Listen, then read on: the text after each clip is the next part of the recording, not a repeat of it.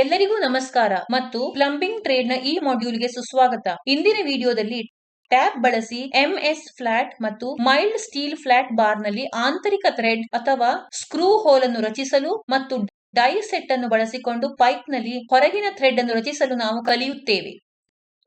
ಪಾಠದ ಕೊನೆಯಲ್ಲಿ ನಿಮಗೆ ಸಾಧ್ಯವಾಗುವುದೇನೆಂದರೆ ಸ್ಕ್ರೈಬಿಂಗ್ ಬ್ಲಾಕ್ ನೊಂದಿಗೆ ರಂಧ್ರಗಳನ್ನು ಪತ್ತೆ ಮಾಡುವುದು, ಪಿಲ್ಲರ್ ಬೆಂಚ್ ಡ್ರಿಲ್ಲಿಂಗ್ ಯಂತ್ರವನ್ನು ಬಳಸಿಕೊಂಡು ರಂಧ್ರಗಳನ್ನು ಕೊರೆಯುವುದು, ಆಂತರಿಕ ಥ್ರೆಡ್ಡಿಂಗ್ ಆಗಿ ಟ್ಯಾಪ್ ಡ್ರಿಲ್ ಗಾತ್ರವನ್ನು ನಿರ್ಧರಿಸುವುದು, ಕೈ ಟ್ಯಾಪ್ಗಳು ಮತ್ತು ಟ್ಯಾಪ್ ರೆಂಚ್ ಅನ್ನು ಬಳಸಿಕೊಂಡು ಆಂತರಿಕ ಎಳೆಗಳನ್ನು ಒದಗಿಸುವುದು, ಕೈ ಟ್ಯಾಪ್ ಗಳನ್ನು ಬಳಸಿಕೊಂಡು ಆಂತರಿಕ ಎಳೆಗಳನ್ನು ಕತ್ತರಿಸುವುದು, ಡ್ರೈ ಸೆಟ್ ಒದಗಿಸುವ ಹೊರ ದಾರವನ್ನು ಆಯ್ಕೆ ಮಾಡುವುದು ಮತ್ತು ಕೈ ಉಪಕರಣಗಳನ್ನು ಗುರುತಿಸುವುದು, ಪೈಪ್ ಮತ್ತು ಅದರ ಪ್ರಕಾರಗಳನ್ನು ಒದಗಿಸುವ ಬಾಹ್ಯ ಥ್ರೆಡ್ ಅನ್ನು ಗುರುತಿಸುವುದು, ವಿವಿಧ ಲಾಕಿಂಗ್ ಸಾಧನಗಳನ್ನು ಬಳಸುವುದು. ಇದಕ್ಕೆ ಬೇಕಾದ ಉಪಕರಣಗಳು ಮತ್ತು ಸಾಮಗ್ರಿಗಳು: hand tap set, pipe vice, measuring tape 1, hacksaw frame and blade 1, oil can 1, double ended spanner 1, ring spanner 1, MS flat ಅಗತ್ಯವಿರುವಷ್ಟು, ಆಯಿಲ್ ಅಗತ್ಯವಿರುವಷ್ಟು, ಕಾಟನ್ ವೇಸ್ಟ್ ಅಗತ್ಯವಿರುವಷ್ಟು, ಕಾಟರ್ ಬೋಲ್ಟ್ಸ್ ಅಂಡ್ ನಟ್ಸ್ ಅಗತ್ಯವಿರುವಷ್ಟು, ಕಾಟರ್ ಪಿನ್ಸ್ ಅಗತ್ಯವಿರುವಷ್ಟು.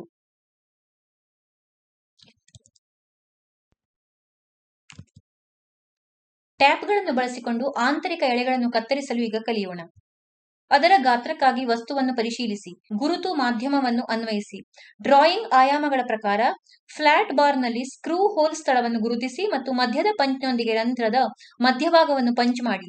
ದೊಡ್ಡ ರಂಧ್ರಗಳ ಪರಿಧಿಯನ್ನು 60 ಡಿಗ್ರಿ ಚುಚ್ಚು ಪಂಚ್ನಿಂದ ಪಂಚ್ ಮಾಡಬೇಕು ಎಂಬುದನ್ನು ಗಮನಿಸಿ. ಯಂತ್ರದ ವೈಸ್ ನಲ್ಲಿ ಕೆಲಸವನ್ನು ಸರಿಪಡಿಸಿ. ಡ್ರಿಲ್ ಚಕ್ ನಲ್ಲಿ 4 mm ಡ್ರಿಲ್ ಅನ್ನು ಸರಿಪಡಿಸಿ ಮತ್ತು ಸ್ಪಿಂಡಲ್ ವೇಗವನ್ನು 4 mm ಡ್ರಿಲ್ ಗೆ ಹೊಂದಿಸಿ, ಏಕೆಂದರೆ ಇದನ್ನು ಎಲ್ಲಾ ರಂಧ್ರಗಳಿಗೆ ಪೈಲಟ್ ಆಗಿ ಬಳಸಬಹುದು. ನಂತರ 8, 10 ಮತ್ತು 16 ಮಿಲಿಮೀಟರ್ ಡ್ರಿಲ್ ಅನ್ನು ಒಂದೊಂದಾಗಿ ಸರಿಪಡಿಸಿ ಮತ್ತು ಕೆಲಸದ ರೇಖಾಚಿತ್ರದ ಪ್ರಕಾರ ರಂಧ್ರಗಳ ಮೂಲಕ ಡ್ರಿಲ್ ಮಾಡಿ. ಕೊರೆಯುವಾಗ ಶೀತಕವನ್ನು ಬಳಸಲು ಮರೆಯದಿರಿ. ಡ್ರಿಲ್ಲಿಂಗ್ ಮಷಿನ್ ಸ್ಪಿಂಡಲ್ ನಿಂದ ಟೇಪರ್ ಶ್ಯಾಂಕ್ ಡ್ರಿಲ್ ಅನ್ನು ತೆಗೆದುಹಾಕಲು ಡ್ರಿಫ್ಟ್ ಬಳಸಿ. ಡ್ರಿಲ್ ನ ವ್ಯಾಸಕ್ಕೆ ಸರಿಹೊಂದುವಂತೆ ಸ್ಪಿಂಡಲ್ ನ RPM ಅನ್ನು ಹೊಂದಿಸಿ. ಕೆಲಸವನ್ನು ಪೂರ್ಣಗೊಳಿಸಿ ಮತ್ತು ಎಲ್ಲಾ ಮೂಲೆಗಳನ್ನು ಡಿಬರ್ ಮಾಡಿ. ಎಣ್ಣೆಯ ತೆಳುವಾದ ಕೋಟ್ ಅನ್ನು ಸಹ ಅನ್ವಯಿಸಿ ಮತ್ತು ಮೌಲ್ಯಮಾಪನಕ್ಕಾಗಿ ಅದನ್ನು ಸಂರಕ್ಷಿಸಿ. ಎಚ್ಚರಿಕೆ: ಡ್ರಿಲ್ ಚಕ್ ನಲ್ಲಿ ಡ್ರಿಲ್ ಅನ್ನು ಬಿಗಿಗೊಳಿಸಲು ಚಕ್ಕಿಯನ್ನು ಬಳಸಿ ಮತ್ತು ಅದನ್ನು ತೆಗೆದುಹಾಕಲು ಡ್ರಿಫ್ಟ್ ಮೇಲೆ ಸುತ್ತಿಗೆಯನ್ನು ಹಾಕಬೇಡಿ. ಮುಂದೆ ಕೊರೆಯುವ ಯಂತ್ರವನ್ನು ಬಳಸಿಕೊಂಡು ವಿಭಿನ್ನ ವ್ಯಾಸದ ರಂಧ್ರಗಳನ್ನು ಕೊರೆಯಲು ಕಲಿಯೋಣ. ಸೆಂಟರ್ ಪಂಚ್ ಬಳಸಿ ಕೊರೆಯಬೇಕಾದ ರಂಧ್ರದ ಮಧ್ಯಭಾಗವನ್ನು ಪಂಚ್ ಮಾಡಿ. ಡ್ರಿಲ್ ಅನ್ನು ತೆರವುಗೊಳಿಸಲು 2 ಸಮಾನಾಂತರ ಬಾರ್ಗಳನ್ನು ಬಳಸಿಕೊಂಡು ಯಂತ್ರದ ವೈಸ್ ನಲ್ಲಿ ಕೆಲಸವನ್ನು ಸುರಕ್ಷಿತವಾಗಿ ಹೊಂದಿಸಿ. ಡ್ರಿಲ್ಲಿಂಗ್ ಯಂತ್ರದ ಸ್ಪಿಂಡಲ್ ನಲ್ಲಿ ಡ್ರಿಲ್ ಚಕ್ ಅನ್ನು ಸರಿಪಡಿಸಿ ಮತ್ತು ಪೈಲಟ್ ರಂಧ್ರಕ್ಕಾಗಿ ಡ್ರಿಲ್ ಚಕ್ ನಲ್ಲಿ 4 mm ವ್ಯಾಸದ ಡ್ರಿಲ್ ಅನ್ನು ಸರಿಪಡಿಸಿ. ಸೂಕ್ತವಾದ ಕೋನ್ ಪುಲ್ಲಿಗಳಲ್ಲಿ ಬೆಲ್ಟ್ ಅನ್ನು ಬದಲಾಯಿಸುವ ಮೂಲಕ ಸ್ಪಿಂಡಲ್ ವೇಗವನ್ನು ಆಯ್ಕೆ ಮಾಡಿ. 4 mm ಡ್ರಿಲ್ ಬಳಸಿ ಮೊದಲು ಎಲ್ಲಾ ರಂಧ್ರಗಳನ್ನು ಕೊರೆಯಿರಿ. ಇದು 8 mm, 10 mm ಮತ್ತು 16 mm ವ್ಯಾಸದ ಡ್ರಿಲ್ ಗಳಿಗೆ ಪೈಲಟ್ ರಂಧ್ರವಾಗಿ ಕಾರ್ಯನಿರ್ವಹಿಸುತ್ತದೆ. 8 mm ಮತ್ತು ನಂತರ 10 mm ರಂಧ್ರಗಳನ್ನು ಕೊರೆಯುವ ಮೂಲಕ ಇದನ್ನು ಅನುಸರಿಸಿ. ಒಮ್ಮೆ ಮಾಡಿದ ನಂತರ ಡ್ರಿಲ್ ಮತ್ತು ಡ್ರಿಲ್ ಚೆಕ್ ಅನ್ನು ತೆಗೆದುಹಾಕಿ. ಡ್ರಿಲ್ ವೈಸ್ಗೆ ತೂರಿಕೊಳ್ಳುವುದಿಲ್ಲ ಎಂದು ಖಚಿತಪಡಿಸಿಕೊಳ್ಳಿ. ನಂತರ ಡ್ರಿಲ್ ಅನ್ನು ಡ್ರಿಲ್ ಚೆಕ್ ನಲ್ಲಿ ಸುರಕ್ಷಿತವಾಗಿ ಸರಿಪಡಿಸಿ. ದೊಡ್ಡ ವ್ಯಾಸದ ಡ್ರಿಲ್ಗಳು ದಪ್ಪವಾಗಿರುವುದರಿಂದ ಆ ಡ್ರಿಲ್ಗಳ ಡೆಡ್ ಸೆಂಟರ್ಗಳು ಸೆಂಟರ್ ಪಂಚ್ ಮಾರ್ಕ್ಗಳಲ್ಲಿ ಕುಳಿತುಕೊಳ್ಳಬಾರದು. ಇದು ಸ್ಥಳಾಂತರಕ್ಕೆ ಕಾರಣವಾಗಬಹುದು. ರಂಧ್ರದ ಸ್ಥಳ, ದಪ್ಪ, ಸತ್ತ ಕೇಂದ್ರಗಳು ವಸ್ತುವಿನೊಳಗೆ ಸುಲಭವಾಗಿ ಭೇದಿಸುವುದಿಲ್ಲ ಮತ್ತು ಡ್ರಿಲ್ನಲ್ಲಿ ತೀವ್ರವಾದ ಒತ್ತಡವನ್ನು ಹೇರುತ್ತದೆ. ಆರಂಭದಲ್ಲಿ ಪೈಲಟ್ ರಂಧ್ರಗಳನ್ನು ಕೊರೆಯುವ ಮೂಲಕ ಈ ಸಮಸ್ಯೆಗಳನ್ನು ನಿವಾರಿಸಬಹುದು. ಎಚ್ಚರಿಕೆಯ ಮಾತು: ಬರೀ ಕೈಗಳಿಂದ ಚಿಪ್ಸ್ ತೆಗೆಯಬೇಡಿ. ಯಾವಾಗಲೂ ಬ್ರಷ್ ಬಳಸಿ. ಯಂತ್ರ ಚಾಲನೆಯಲ್ಲಿರುವಾಗ ಬೆಲ್ಟ್ ಅನ್ನು ಬದಲಾಯಿಸಲು ಪ್ರಯತ್ನಿಸಬೇಡಿ. ಹಾಗೆಯೇ ರಂಧ್ರಗಳ ಮೂಲಕ ಟ್ಯಾಪ್ ಮಾಡುವುದು. ಸೂತ್ರ ಅಥವಾ ಟೇಬಲ್ ಅನ್ನು ಬಳಸಿಕೊಂಡು ಟ್ಯಾಪ್ ಡ್ರಿಲ್ ಗಾತ್ರವನ್ನು ನಿರ್ಧರಿಸಿ ಮತ್ತು ಅದಕ್ಕೆ ಅನುಗುಣವಾಗಿ ರಂಧ್ರವನ್ನು ಕೊರೆಯಿರಿ. ಕಡಿಮೆ ಗಾತ್ರದ ರಂಧ್ರವು ಟ್ಯಾಪ್ನ ಒಡೆಯುವಿಕೆಗೆ ಕಾರಣವಾಗುತ್ತದೆ ಎಂಬುದನ್ನು ನೆನಪಿಡಿ. ಸುಲಭವಾದ ಜೋಡಣೆಗಾಗಿ ಮತ್ತು ಟ್ಯಾಪ್ ಅನ್ನು ಪ್ರಾರಂಭಿಸಲು ಕೊರೆಯಲಾದ ರಂಧ್ರದ ತುದಿಯನ್ನು ಶ್ಯಾಂಫರ್ ಮಾಡಿ. ವೈಸ್ ನಲ್ಲಿ ಕೆಲಸವನ್ನು ದೃಢವಾಗಿ ಮತ್ತು ಅಡ್ಡಲಾಗಿ ಹಿಡಿದುಕೊಳ್ಳಿ. ಕೆಲಸದ ಮೇಲಿನ ಮೇಲ್ಮೈಯು ವೈಸ್ ದವಡೆಗಳ ಮಟ್ಟಕ್ಕಿಂತ ಸ್ವಲ್ಪ ಮಟ್ಟಿಗೆ ಇರಬೇಕು. ಟ್ಯಾಪ್ ಅನ್ನು ಜೋಡಿಸುವಾಗ ಯಾವುದೇ ಅಡೆತಡೆ ಇಲ್ಲದೆ ಪ್ರಯತ್ನಿಸಿ. ಚೌಕವನ್ನು ಬಳಸಲು ಇದು ಸಹಾಯ ಮಾಡುತ್ತದೆ. ಸರಿಯಾದ ಗಾತ್ರದ ಟ್ಯಾಪ್ ರೆಂಚ್ ನಲ್ಲಿ ಮೊದಲ ಟ್ಯಾಪ್ ಅಥವಾ ಟೇಪರ್ ಟ್ಯಾಪ್ ಅನ್ನು ಸರಿಪಡಿಸಿ.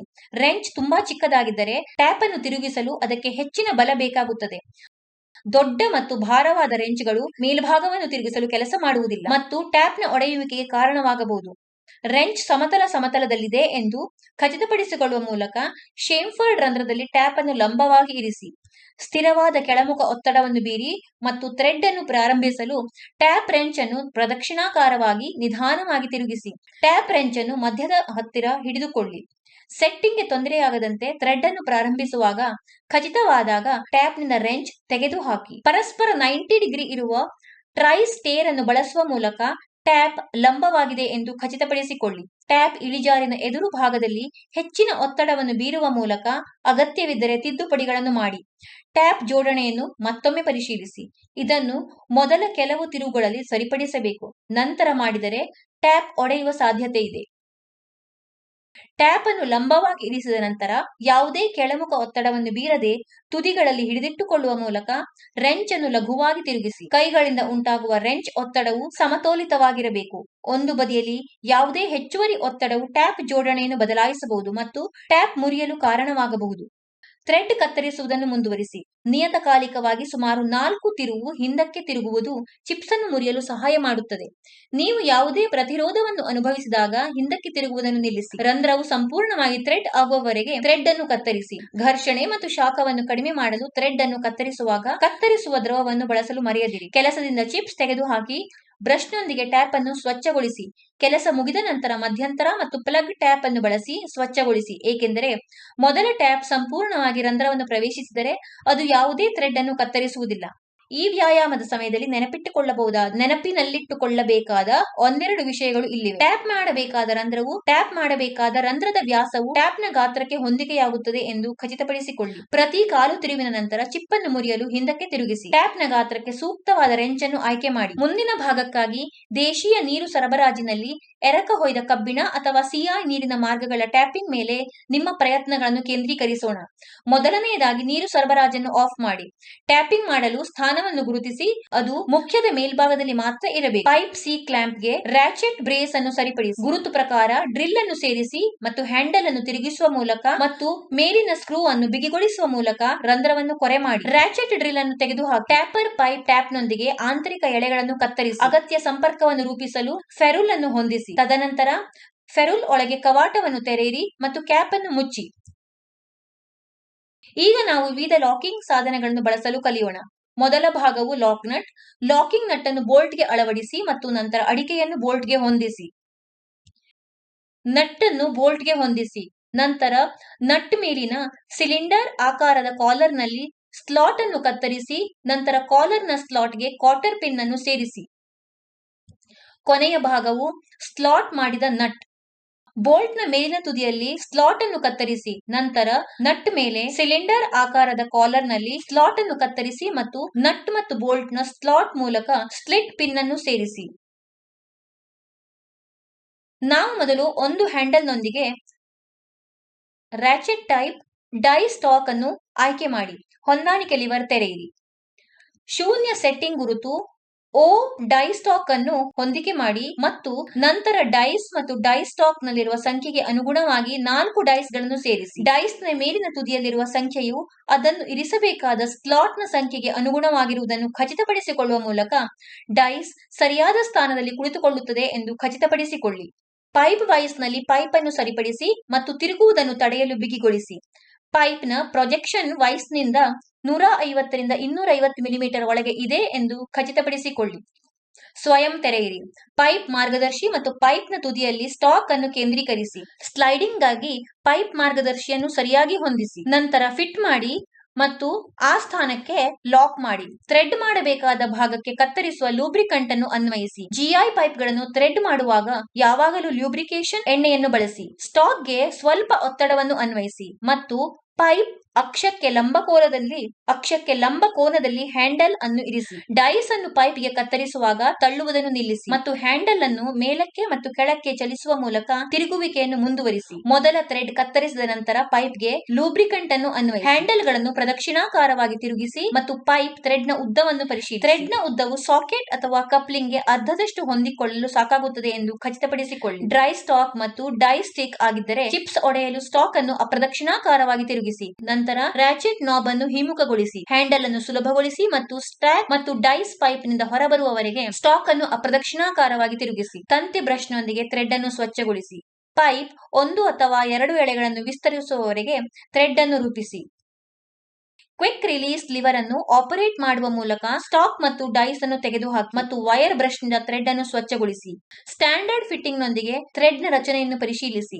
ಥ್ರೆಡ್ ತುಂಬಾ ಬಿಗಿಯಾಗಿದ್ದರೆ ಸಂಬಂಧಗಳನ್ನು ಸರಿಹೊಂದಿಸುವ ಮೂಲಕ ಕಾರ್ಯಾಚರಣೆಯನ್ನು ಪುನರಾವರ್ತಿಸಿ. ಈಗ ನಾವು 2 ಹ್ಯಾಂಡಲ್ ಸ್ಟಾಕ್ ಮತ್ತು ಡೈಸ್ ರ್ಯಾಚೆಟ್ ಪ್ರಕಾರವನ್ನು ಬಳಸುವುದನ್ನು ನೋಡೋಣ. ವೈಸ್ ಅನ್ನು ತೆರೆಯಿರಿ ಮತ್ತು ಪೈಪ್ ಅನ್ನು ಪೈಪ್ ವೈಸ್ ಗೆ ಸೇರಿಸಿ. ನಂತರ ಪೈಪ್ ವೈಸ್ ಅನ್ನು ಮುಚ್ಚಿ ಮತ್ತು ಬಿಗಿಗೊಳಿಸಿ.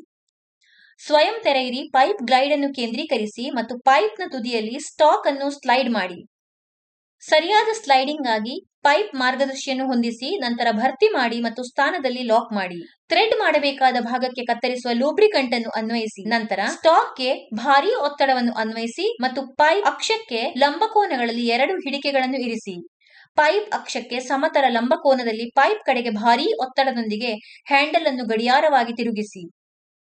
ಪೈಪ್ಗೆ ಲೂಬ್ರಿಕಂಟ್ ಅನ್ನು ಅನ್ವಯಿಸಿ ಮತ್ತು ಹ್ಯಾಂಡಲ್ ಅನ್ನು ಪ್ರದಕ್ಷಿಣಾಕಾರವಾಗಿ ತಿರುಗಿಸಿ.